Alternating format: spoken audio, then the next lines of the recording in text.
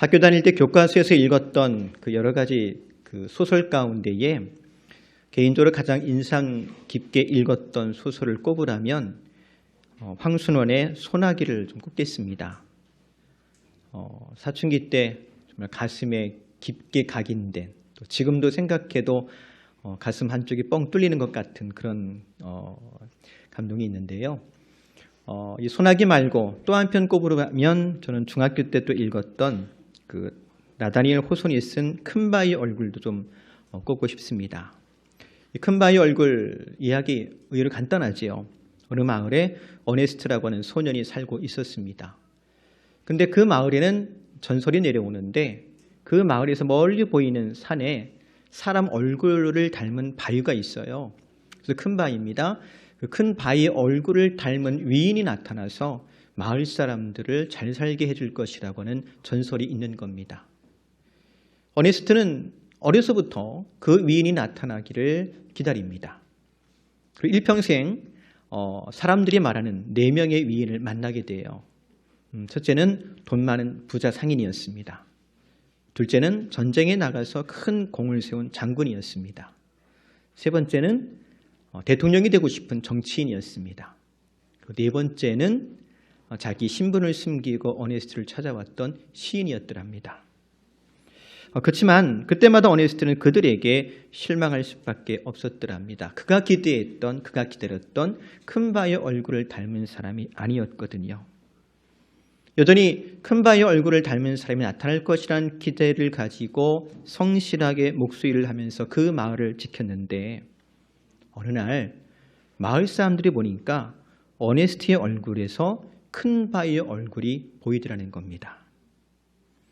큰바위의 얼굴을 바라보며 살던 어네스트가 어느새 뭘 닮은 거예요? 그 큰바위의 얼굴을 닮게 된 겁니다.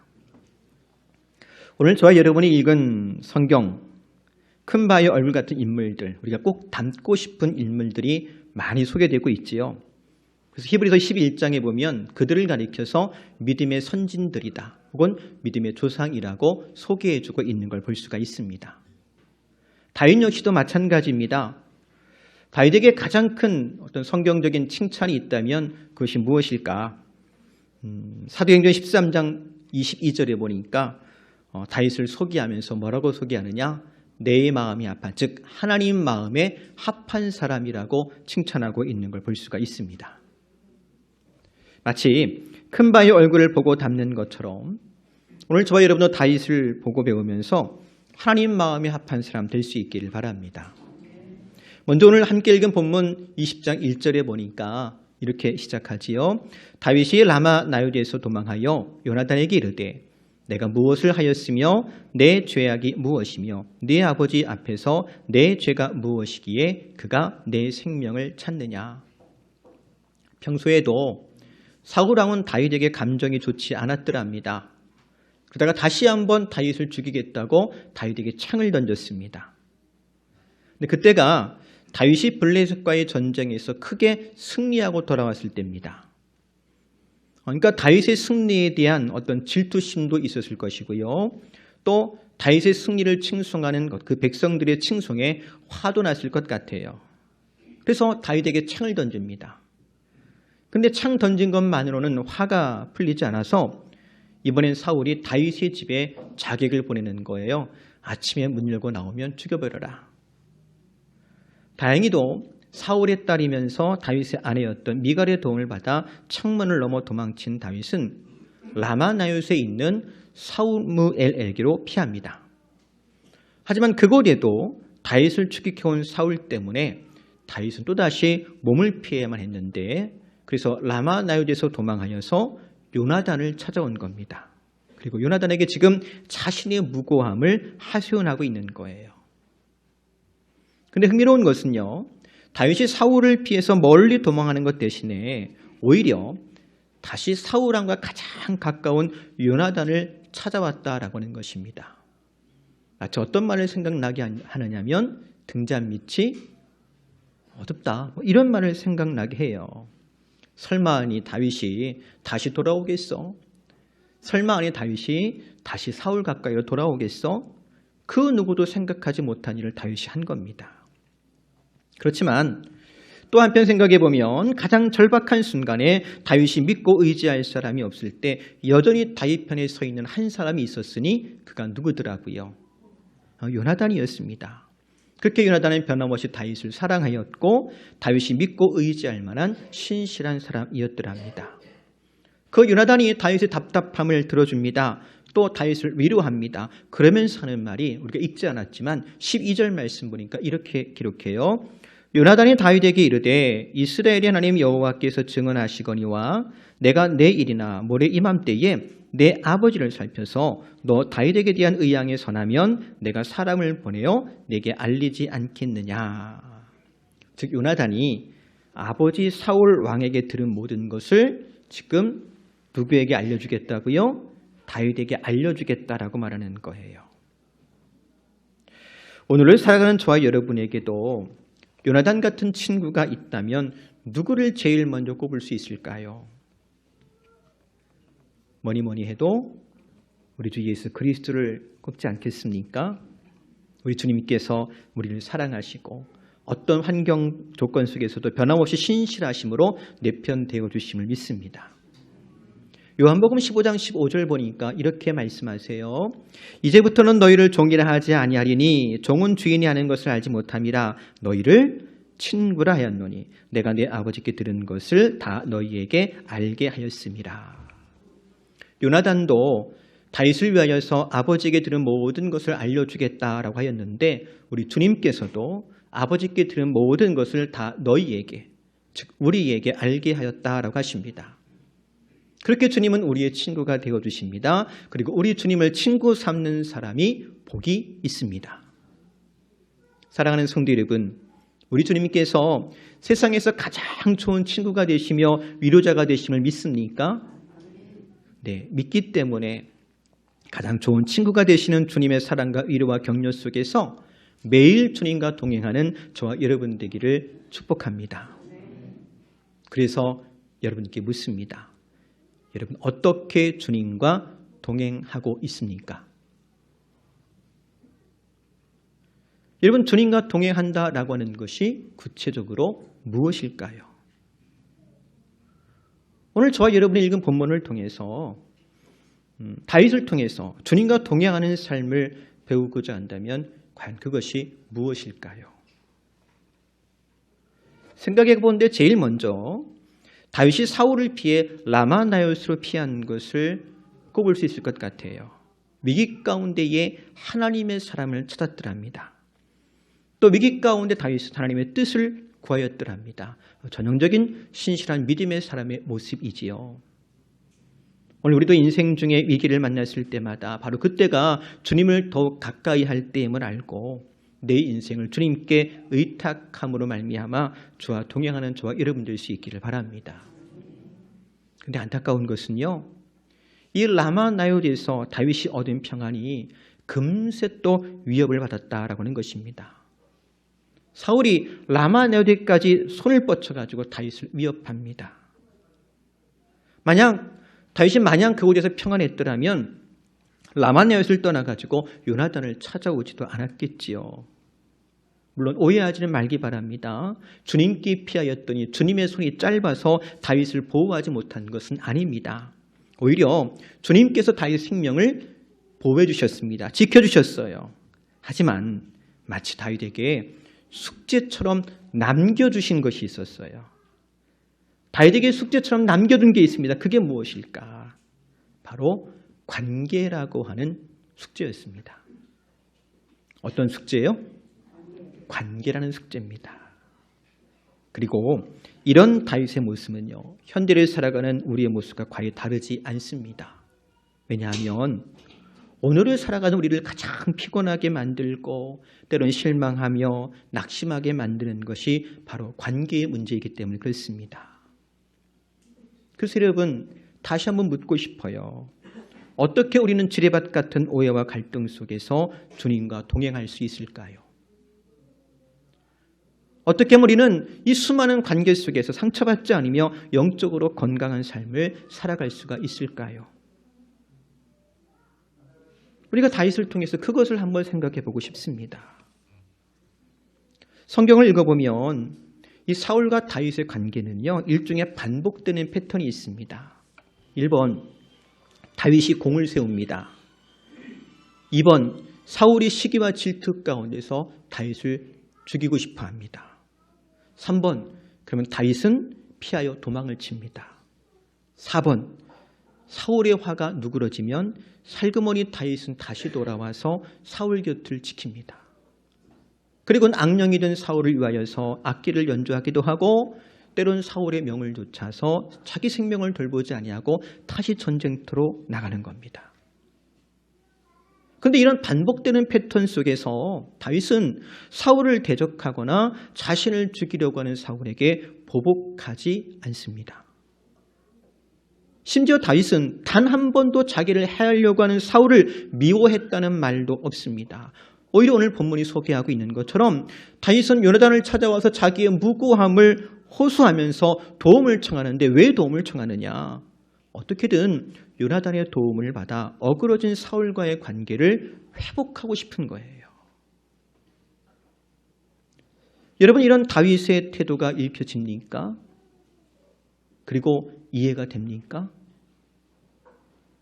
단순히 사울은 왕이었고 다윗은 신하였기 때문에 힘이 없어서 감히 보복할 수 없었던 것이 아닙니다. 다윗은 늘 사울 곁에 있는 사람인지라 맘만 먹이면 얼마든지 사울을 해할 수가 있었습니다. 또 다윗에게는요, 백성들의 인기도 있었더랍니다. 또 훗날 사울에게 복수할 기회가 여러 번 있었지만 그는 사울의 옷자락을 가만히 뵌 것만으로도 마치 자신이 큰 죄를 지은 것 마냥 후회했던 것을 보게 됩니다. 도대체 다윗은 어떤 사람이었을까요? 어떻게 다윗은 사울을 향해 이렇게 한결같을 수 있었을까요? 곰곰이 생각해 보면 다윗은 적어도 관계의 문제에 있어서, 특별히 사울과의 관계에 있어서 감정적으로도 혹은 옳고 그름의 문제로 접근한 것이 아님을 알 수 있습니다. 성경 읽어보면 사울이 다윗에게 창을 던져서 죽이겠다고 할 때마다 악령이 사울을 찾아와 사울을 괴롭게 했다는 기록이 있습니다. 즉 악령이 사울을 괴롭게 해요. 그런데 결국 죽어야 되는 건 누구예요? 다윗이에요. 그러니까 악령이 궁극적으로 공격하고 싶은 대상은 사울이 아니고 누군 거예요? 다윗인 거예요. 그리고 다윗은 사울과의 관계가 단순히 감정적인 문제이거나 혹은 정의의 문제이거나 혹은 인간관계의 문제 그 이상의 영적인 것임을 알았을 겁니다. 보다 쉽게 표현하자면 다윗이 싸워야 되는 상대는 사울이 아니고 사울 뒤에 있는 악령이었음을 알았던 거예요. 에베소서 6장 12절 말씀 좀 같이 볼까요? 같이 읽습니다. 우리의 씨름은 혈과 육을 상대하는 것이 아니요 통치자들과 권세들과 이 어둠의 세상 주관자들과 하늘에 있는 악의 영들을 상대함이라. 사랑하는 성도 여러분, 세상 사람들이 말하기를 적을 알고 나를 알면 네, 그렇게 말하잖아요. 우리가 상대하는 대적이 누구인지 분명히 알면 우리의 싸움 방식이 달라질 겁니다. 만약 우리가 사람을 상대하고자 한다면 아주 지극히 인간적인 방법을 동원할 거예요. 만약 우리가 환경을 탓하기 시작한다면 열악한 나의 어떤 조건들을 원망하며 살아갈 겁니다. 그렇지만 우리의 대적이 악한 영이라고 하는 것을 안다면 우리는 믿음의 방패를 들 것이고 말씀의 검을 들어서 상대하고자 할 겁니다. 그리고 관계의 문제에서도 마찬가지입니다. 믿음으로 승리하는 저와 여러분 될 수 있기를 바랍니다. 보세요. 주님께서 마태복음 5장 39절에 보면 이렇게 이르세요. 나는 너희에게 이르노니 악한 자를 대적하지 말라. 누구든지 내 오른편 뺨을 치거든 내 왼편도 돌려대래요. 근데 이게 전부가 아니죠. 너를 고발하여 속옷을 가지려 하거든 무엇도 내어주고 겉옷도 가지게 하고 억지로 오리를 가게 하면 몇 리를 같이 가지고요. 10리를 같이 가지고 내게 구하는 자에게 거절하지 말고 심지어 원수도 사랑하고 너를 박해하는 자를 위하여서 기도하래요. 미안합니다. 저도 사람인지라 주님 말씀이지만 읽는 것만으로도 막 가슴이 답답해져 와요. 아니 어떻게 인간적으로 이렇게 살 수 있겠어? 그렇지 않습니까? 그래서 사람이 할 수 없는 것을 요구하는 것 같지만 만약 우리가 다윗처럼 우리 관계 속에 숨어있는 영적인 원리를 이해할 수 있다면 그리고 내 안에 내주하시는 성령님의 강건하심이 있다면 다윗이 그러했던 것처럼 혹은 주님께서 그러했던 것처럼 우리도 감정에 휩쓸리거나 공명심에 사로잡히는 것 대신 용서하며 사랑하며 박해하는 자를 위하여 기도할 수 있을 것입니다. 이것이 바로 주님과 동행하며 믿음으로 승리하는 삶이 아니겠는지요. 보세요. 다윗은 여전히 사울과의 관계를 회복하고 싶어 합니다. 왜 그랬을까? 아주 실제적인 이유를 좀 생각해 보자면요. 사실은 그게 살 길이에요. 다윗의 살 길 너무나 간단합니다. 사울왕과의 그 어그러진 관계가 회복만 되어지면 사는 거예요. 그 삐뚤어지는 관계가 회복되어지면 사는 거예요. 그것이 다윗의 살 길이었습니다. 다윗이 요나단을 다시 찾아온 것도 실은 요나단을 통하여서 왕이었고 또 장인이었던 그 사울과의 관계를 과연 회복할 수 있겠는가 그걸 확인하고 싶었던 겁니다. 보세요. 그 이전까지 다윗에게는요 부족한 것이 없었어요. 왕의 사위였잖아요. 가정이 있었잖아요. 지위가 있었잖아요. 명예도 있었잖아요.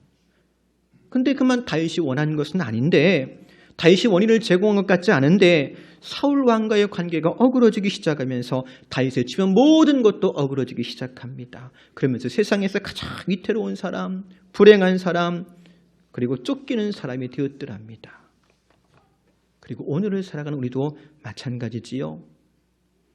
우리 인생 중에 애를 태우고 속상하게 만들고 때론 불안하게 만들고 때론 잠 못 자게 만드는 많은 것들이 있지만 그중에 가장 무거운 짐이 무엇입니까? 아마 관계의 문제일 거예요. 그것도 아주 나와 아주 가까웠던 사람, 내가 믿고 신뢰했던 사람, 혹은 내가 모든 것을 주어서 사랑했던 사람.